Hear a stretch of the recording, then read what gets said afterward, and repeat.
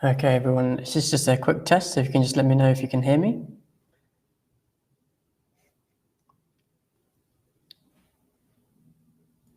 If you can let me know in the chat that you can hear me.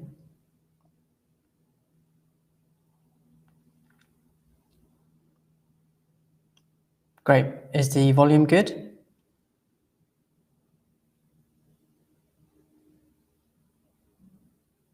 Is the sound good? Is it clear quality?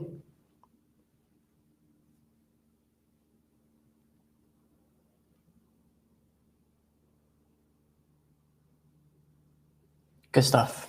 All right, so we'll get going. I'm just going to give everyone just 30 seconds. Make sure you've got a pen and paper with you, and then we'll get cracking right away. So just grab a pen, paper. It could be your exercise book, anywhere where you can make some notes. So it's really important that you get the information that we're going to be talking about down. Good stuff. Thank you guys for letting me know that the sound is working really well. Perfect. So just grab pen and paper, and then once you are ready, then let me know in the chat.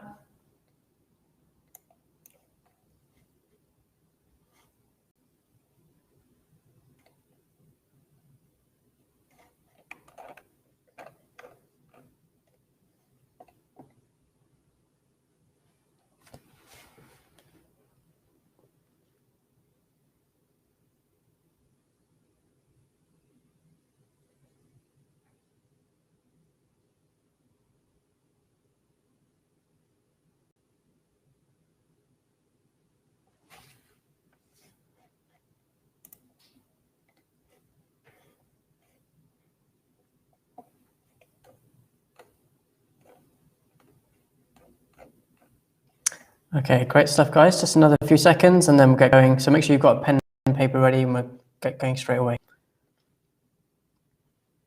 All right, so today we're here to find out how we can write a perfect answer at GCSE, and I will take you through a number of steps.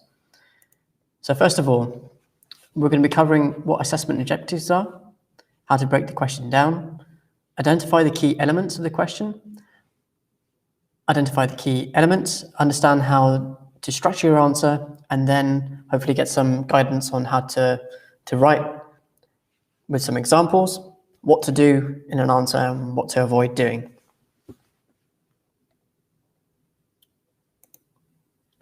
So first of all, assessment objectives are really important. They're set by an organization called Ofqual, and they basically standardize all the exam boards and tell them what they can deliver, what geography syllabus can be taught across all the different exam boards that exist. And so you'll find that all the geography specifications, all the exam boards are measured in the same 4 ways. So regardless of whether you're doing AQA, Edexcel, Educast, whatever it is, you're going to have the same ways that you're going to be measured. And this is a really important part, first of all. So the assessment objectives, there are 4 key objectives that you need to know about, and each one raises the level of difficulty in the exam itself when you get assessed. So number 1, what do you need to do? First of all, for assessment objective 1, you need to demonstrate your knowledge of location, places, processes, environments, and different scales. Now, 15% of your exam paper, in terms of the questions you'll be asked, will be based around these questions. So in summary, what you need to do is remember places, remember processes, for example, river processes, okay? How they work in environments and how they work across a local, national, global scale, for example. Typically, you'll get low-level marks for this. 2-mark questions, 1-mark questions tend to be the basic entry-level marks. Assessment objective 2 is demonstrate the geographical understanding of concepts and how they're used in relation to places, environments, and processes, and the interrelationships that exist between these places. And this is a little bit more now, so 25%. This is to demonstrate your understanding of different processes. So for example, it might be a food chain that you may need to explain or describe and what's happening along in a habitat, for example. So here you'll need to apply some of your knowledge and your understanding and show the examiner that you understand the processes and how different things are related to each other. For example, you might look at food webs and food chains and find the relationships between the two and how they interact with each other. If you have any questions so far, make sure that you're punching them in the chat so I know, and I can pause and then come back to it and cover it again if you need to. Assessment objective number 3, where you need to apply your knowledge and understanding and interpret, analyze, and evaluate geographical information. And here you're probably going to have to make some judgments about certain things. So this is 35%, including 10% to your applied fieldwork context. So we went to two different places, did a physical geography investigation, a human geography investigation.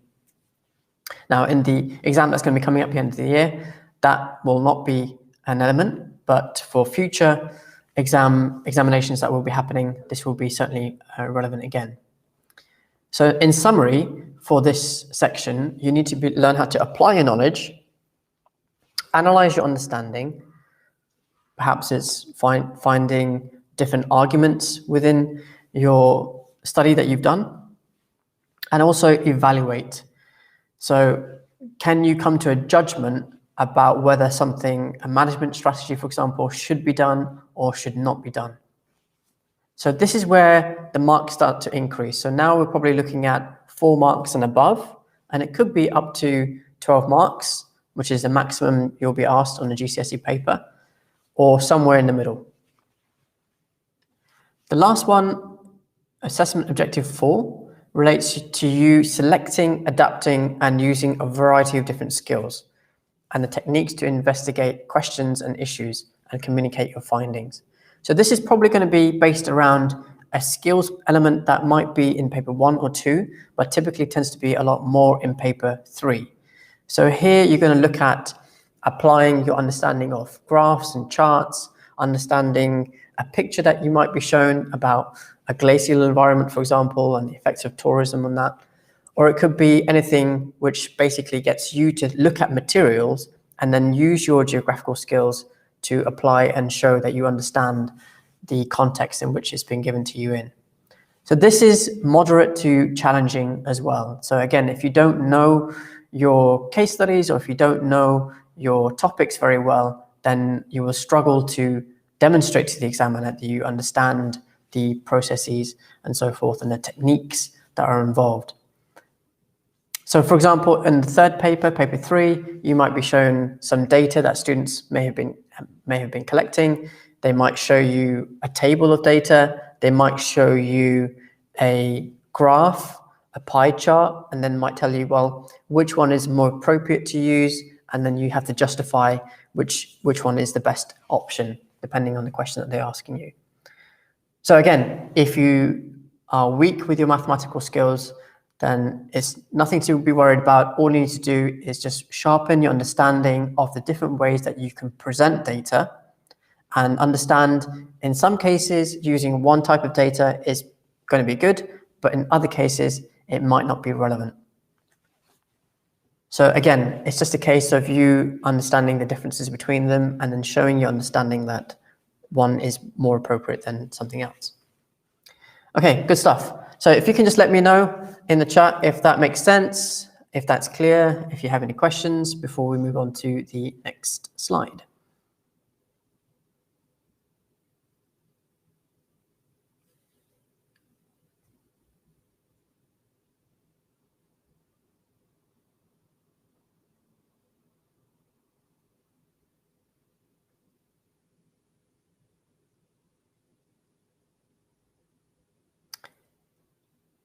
So is that all clear, guys, for those of you who are doing GCSE?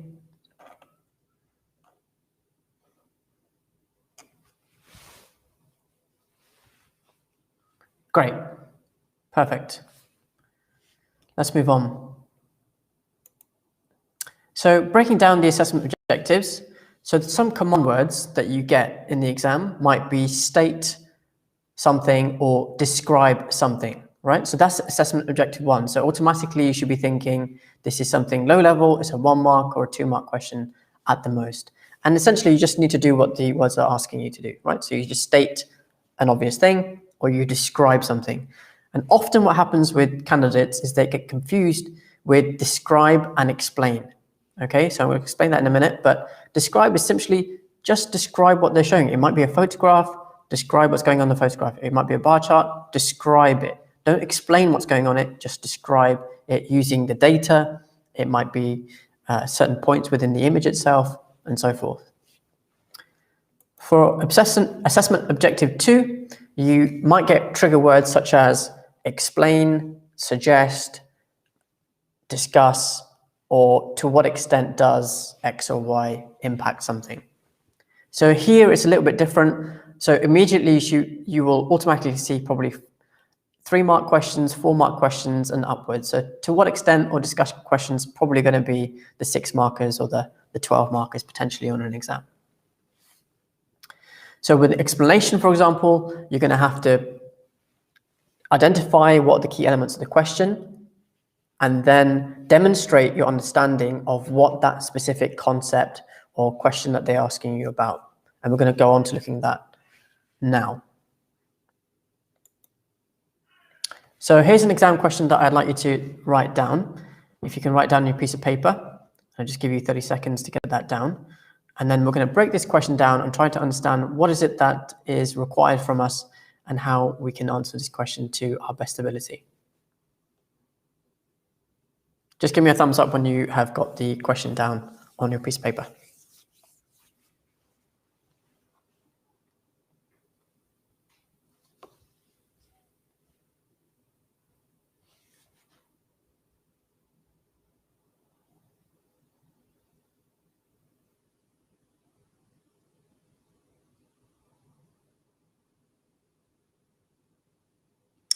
Good stuff. So immediately you should be thinking this is an assessment objective 2 question. So you've got to apply your knowledge and understanding. So for this question, you'll need to come up with well-reasoned causal explanation of why something is occurring. So just very quickly, I'd like you to just take 10 seconds, 15 seconds, and just underline some of the keywords within this question. Which ones do you think are important that we need to focus on? And write down just a few annotations if you can. So give you guys 10, 15 seconds to get that down. Once you've got it down, just give me a thumbs up and we'll move on to the next slide.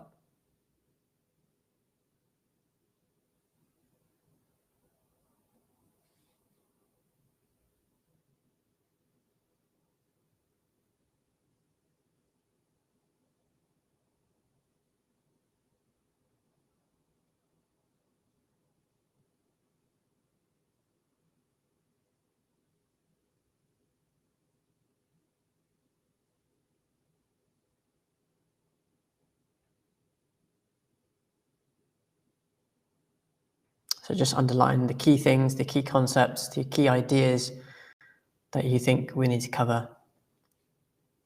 Once you've got that down, we'll just move on to the next slide. Just give me a thumbs up, guys, and then we'll move on.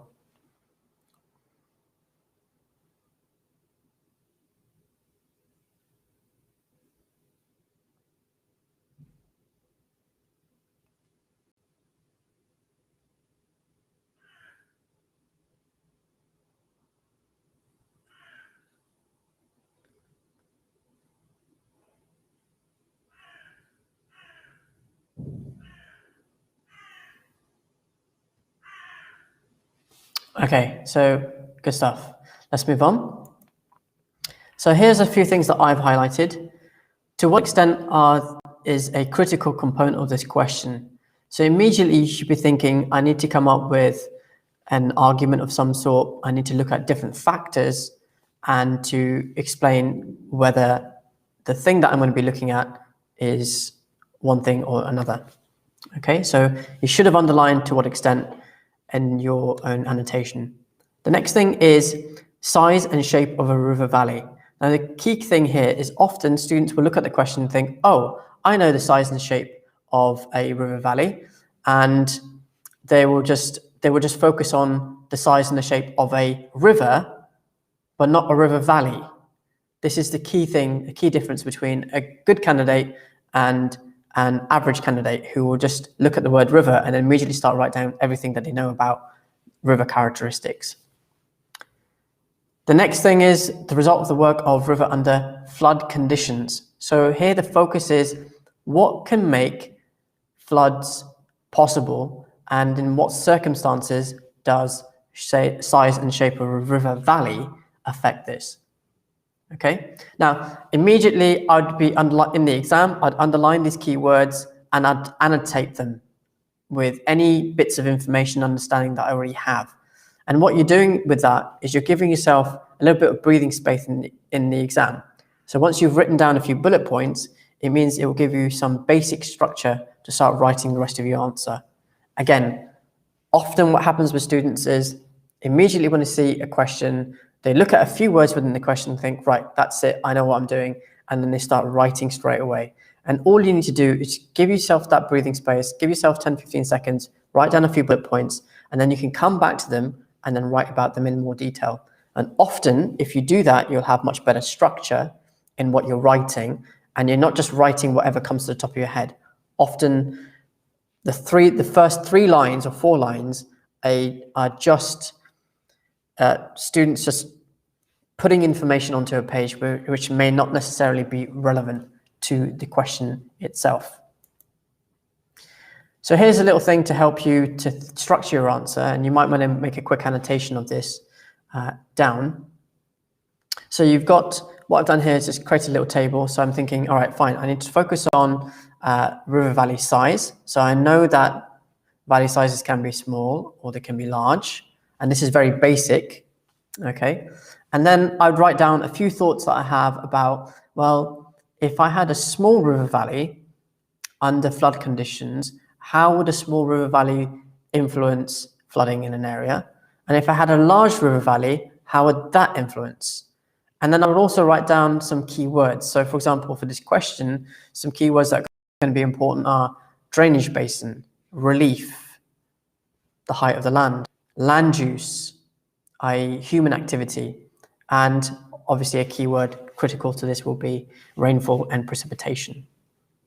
So I'll just let you just note down a couple of key points, write down some of the keywords for this question, and I'd like you to just write down on your piece of paper, how do you think a river valley size, whether it's small or large, could influence these conditions?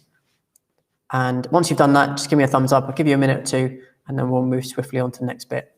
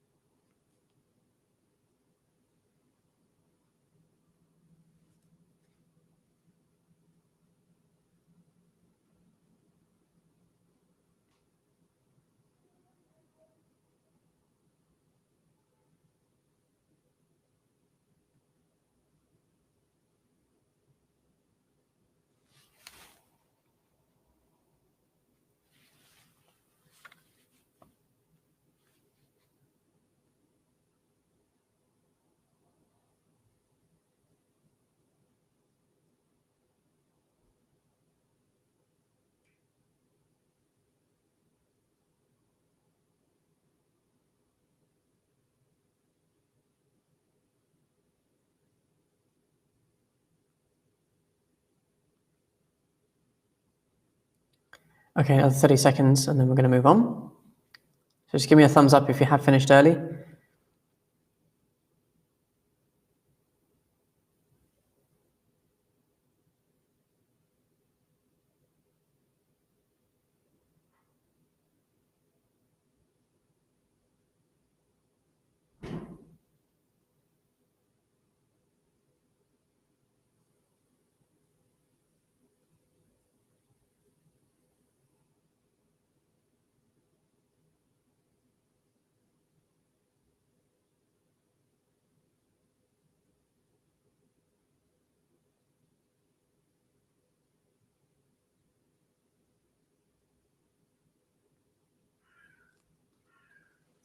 Okay, let's move on. So here's an answer that a quick read of. And once you've read it through, I'd like you to think about, has this answer referred to the size and shape of a valley and the reasons and factors that affect flooding?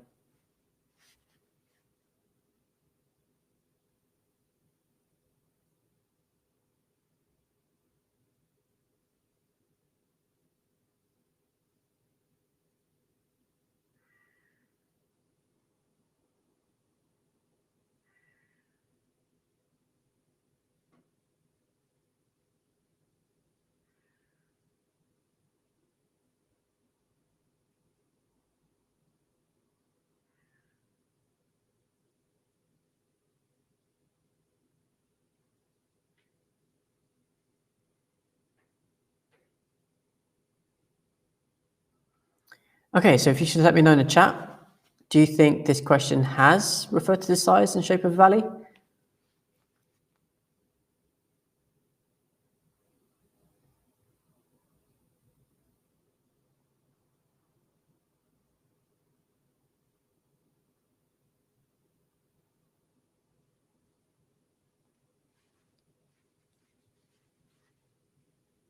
Can you just let me know, yes or no?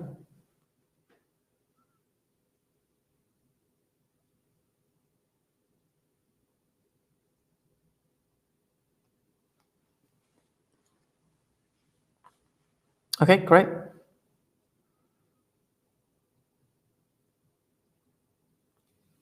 All right, so let's have a breakdown this answer then. Here are some of the key things that have been delivered in the answer. So flooding usually occurs after a long period of rainfall. So this demonstrates your understanding that flooding just doesn't happen just randomly, that is caused by a long period of precipitation. The characteristics of a drainage basin, so a keyword being used, shows the examiner that you understand what a drainage basin is in the context of the question. It's very, very important that you refer to this.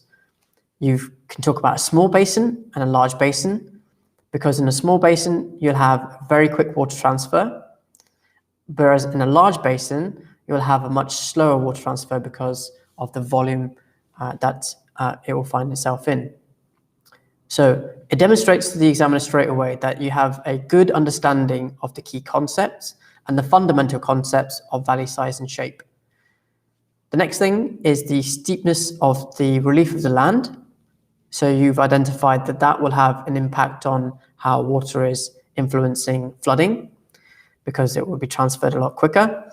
And if the relief of the land is shallower, then the water will probably permeate through land surface instead of being transferred into a river or elsewhere.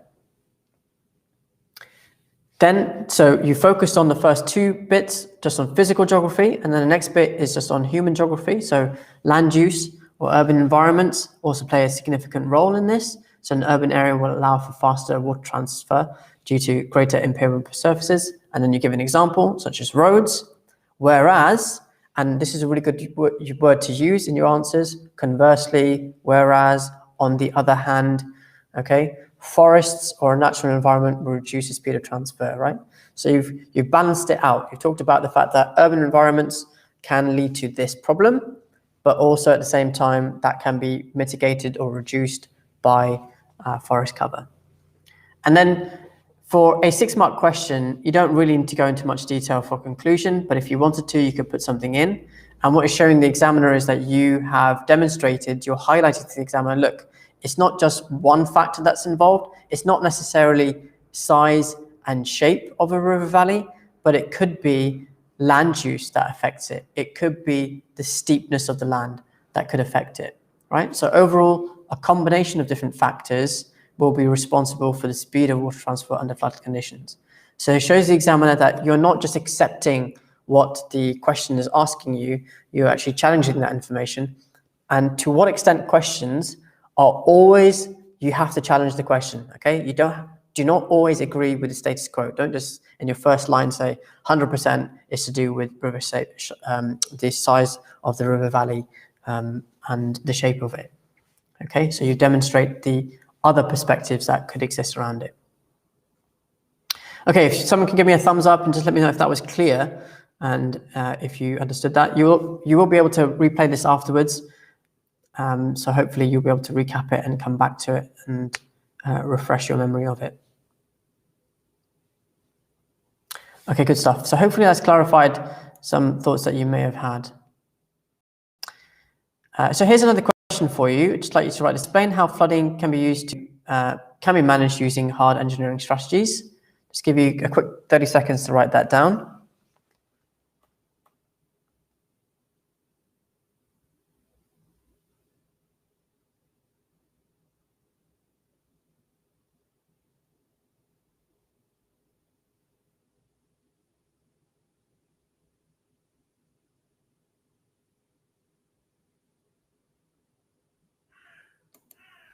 Okay, so here are some key elements from the question. So explain how flooding can be managed.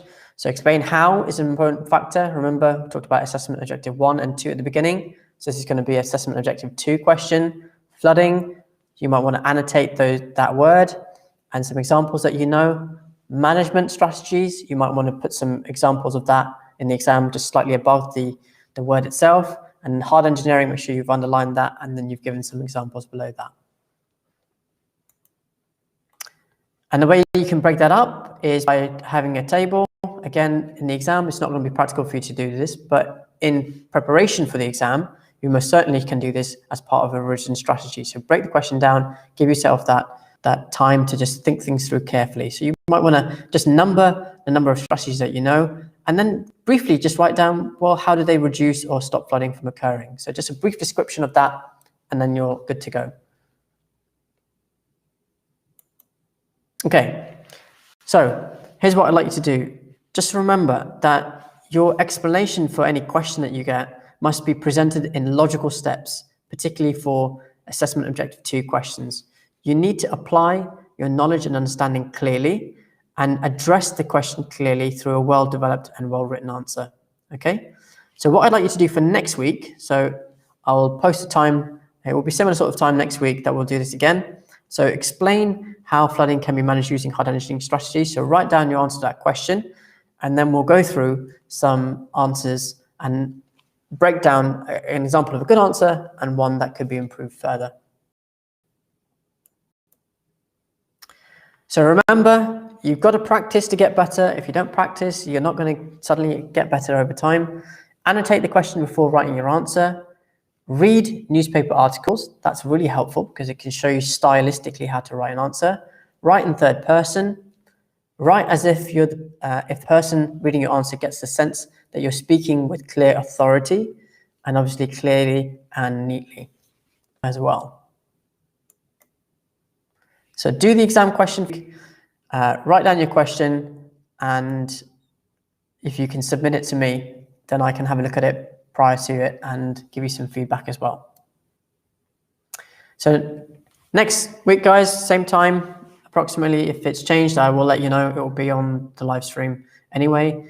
Make sure that you've turned on your notifications for it, and we'll go through the next exam questions. Hopefully you found that useful, and I'll see you guys next time.